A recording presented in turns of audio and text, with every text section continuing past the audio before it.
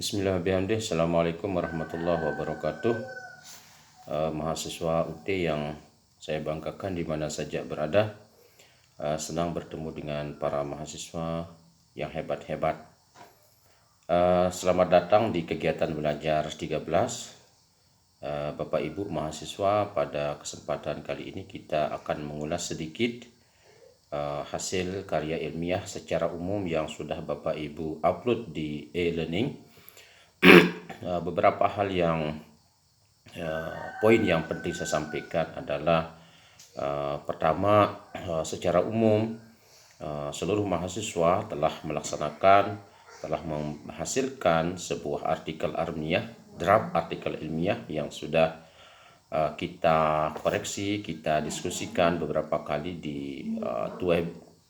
Kemudian secara umum juga mahasiswa sudah mampu membuat artikel ilmiah sesuai dengan format, elemen, sistematika yang ada di UT, terlepas dari kekurangan-kekurangan sedikit yang perlu pembenahan atau revisi.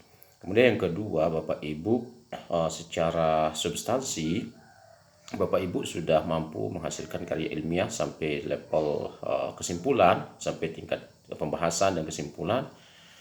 Dan itu luar biasa, dengan effort yang luar biasa, perubahan berkali-kali dari pembahasan tentang pendahuluan, kemudian metode, hasil dan pembahasan, serta kesimpulan, serta daftar pustaka. Bapak Ibu sudah bisa membuatnya. Namun beberapa hal yang saya anggap secara umum sebagai kelemahan adalah pertama di aspek substansi, yaitu di pendahuluan.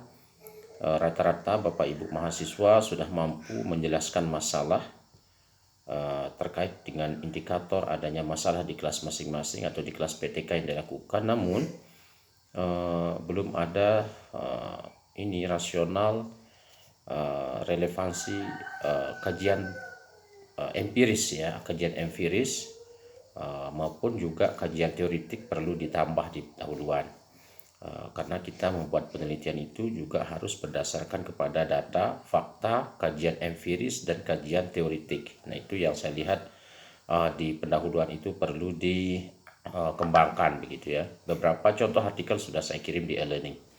Kemudian di kajian pustaka, jadi beberapa saya lihat itu ada slot khusus untuk kajian pustaka, padahal itu seharusnya sudah terintegrasi dengan pendahuluan, ya.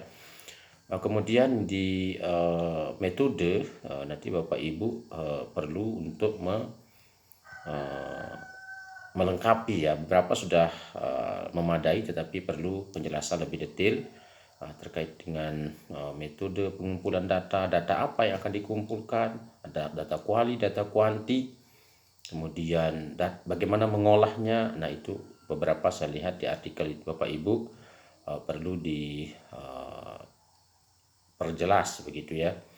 Kemudian di bab hasil dan kesimpulan itu, hasil dan pembahasan itu Bapak Ibu teman-teman mahasiswa perlu mempersempit, ya. Jadi jangan terlalu, kan artikel kita dibatasi dengan halaman, maka di temuan itu, apalagi itu dasarnya dari laporan PKP, maka itu perlu dipersempit, dinarasikan, disimplify, dibuat kesimpulan, disederhanakan di penjelasannya, singkat, padat dan jelas, yaitu, ya. Jadi bahasa ilmiah itu seperti itu. Lain kalau bahasa laporan itu lengkap gitu. Nah, kemudian ikuti format template artikel yang sudah disiapkan oleh UT, dan itu merupakan kewajiban dari Bapak Ibu untuk merevisi dan menguploadnya di e-learning. Terakhir, jangan lupa untuk mengecek hasil kesamaan. Tidak boleh dia lebih dari 30% Bapak Ibu kesamaannya dengan artikel yang lain. Jadi Bapak Ibu punya waktu untuk merevisi setelah diupload, kemudian dicek Turnitin di by system di UT, kemudian ditarik dan disampaikan lagi setelah direvisi. Seperti itu Bapak Ibu, saya harapkan dalam kesempatan ini Bapak Ibu bisa berdiskusi panjang lebar melalui forum diskusi hal-hal yang terkait. Kita akan memberikan feedback dan saling memberikan feedback baik Bapak Ibu maupun saya.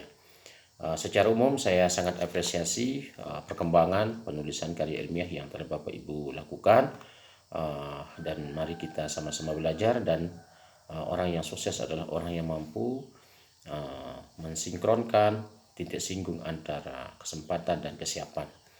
Barangkali itu sebagai pengantar pada kegiatan tutorial online di sesi kegiatan belajar 13. Terima kasih. Mohon maaf. Wallahul muwaffiq wal hadi ila sabilir rasyad. Wassalamualaikum warahmatullahi wabarakatuh.